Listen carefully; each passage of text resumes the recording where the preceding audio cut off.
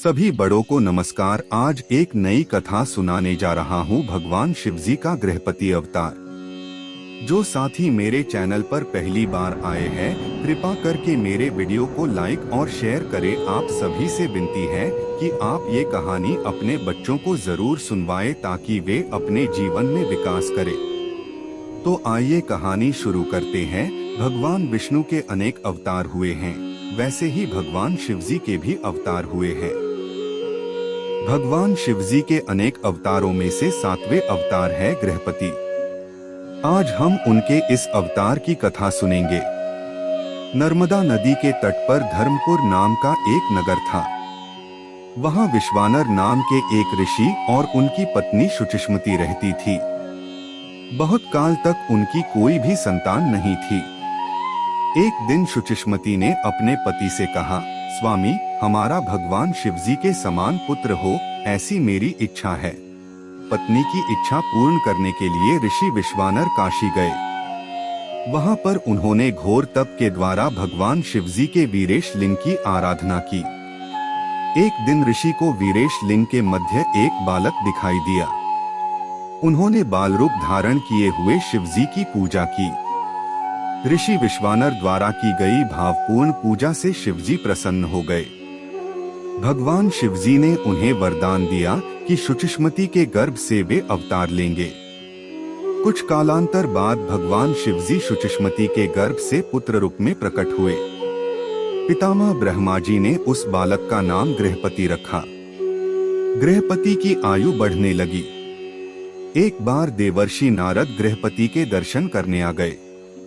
उन्होंने गृहपति को देखा और ऋषि विश्वानर से कहा, मुनिवर, यह बालक सर्वगुण संपन्न है, किंतु 12 वर्ष की आयु में इसे बिजली अथवा अग्नि द्वारा भय उत्पन्न होगा। यह सुनकर ऋषि विश्वानर दुखी हो गए। ऋषि विश्वानर और शुचिष्मति को गृहपति की चिंता होने लगी। उम्मीद है आपको कहानी पसंद आ रही होगी। कृपा करके मेरी वीडियो को लाइक शेयर कर दे और मेरे चैनल को सब्सक्राइब कर दे। अब आगे की शेष कहानी सुनिए। अपने माता पिता को चिंतित देखकर बालक गृहपति ने उन्हें समझाया, मां पिताजी, आप दुखी न हो। मैं भगवान मृत्युंजय की आराधना करके महाकाल को प्रसन्न करूंगा, इसलिए आप लोग निश्चिंत रहे। इसके बाद गृहपति काशी गए और भगवान विश्वनाथ का दर्शन किया।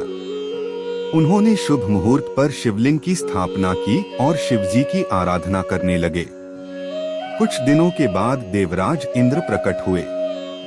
उन्होंने कहा, गृहपति, मैं आपकी आराधना से प्रसन्न हुआ हूँ।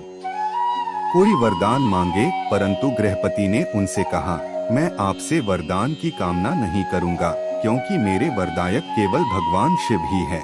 यह सुनकर देवराज इंद्र अत्यंत क्रोधित होकर गृहपति पर प्रहार करने आगे बढ़े। उसी समय भगवान शिवजी प्रकट हो गए। शिवजी ने बताया, गृहपति, देवराज इंद्रदेव के माध्यम से मैं ही तुम्हारी परीक्षा ले रहा था। तुम उस परीक्षा में सफल हो गए हो। अब तुम पर यमराज का भी प्रभाव नहीं पड़ेगा। तुमने जिस शिवलिंग की स्थापना की है वह अग्निश्वर नाम से प्रसिद्ध होगा। इस शिवलिंग का दर्शन करने से व्यक्ति बिजली और अग्नि से भयभीत और पीड़ित नहीं होगा। हमारे शरीर में जो जठराग्नि है वह ही भगवान शंकर का गृहपति अवतार है। भूख लगने पर हम जो अन्न ग्रहण करते हैं उसी से हमारे शरीर का पोषण होता है और प्राण को संतुष्टि प्राप्त होती है। गृहपति की इस कथा से हमें संदेश मिलता है कि जठराग्नि को शांत करने के लिए जो भी कार्य करें वह धर्म के अनुसार हो, अर्थात भोजन मिलने हेतु के लिए हम जो धन कमाते हैं वह प्रामाणिकता से कमाया हुआ धन ही हो। हम जो भी कार्य करें वह भगवान को प्रसन्न करने के लिए करना है, अर्थात भोजन प्राप्ति के लिए हम कोई कार्य कर रहे हैं तो उसका माध्यम पवित्र तथा धर्मानुसार होना चाहिए और इस कार्य में किसी का अहित नहीं होना चाहिए, तभी हमारा कार्य सफल होगा। पूरी कहानी ध्यान से सुनने के लिए धन्यवाद। अंत में यही कहूँगा, ईश्वर आप सभी को सुखी रखे और अपना ख्याल रखे।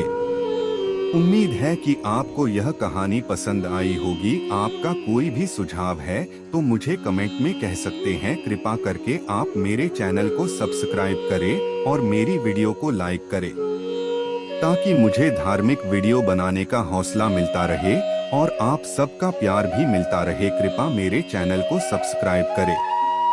अब मैं मिलता हूँ आपको अगली वीडियो में।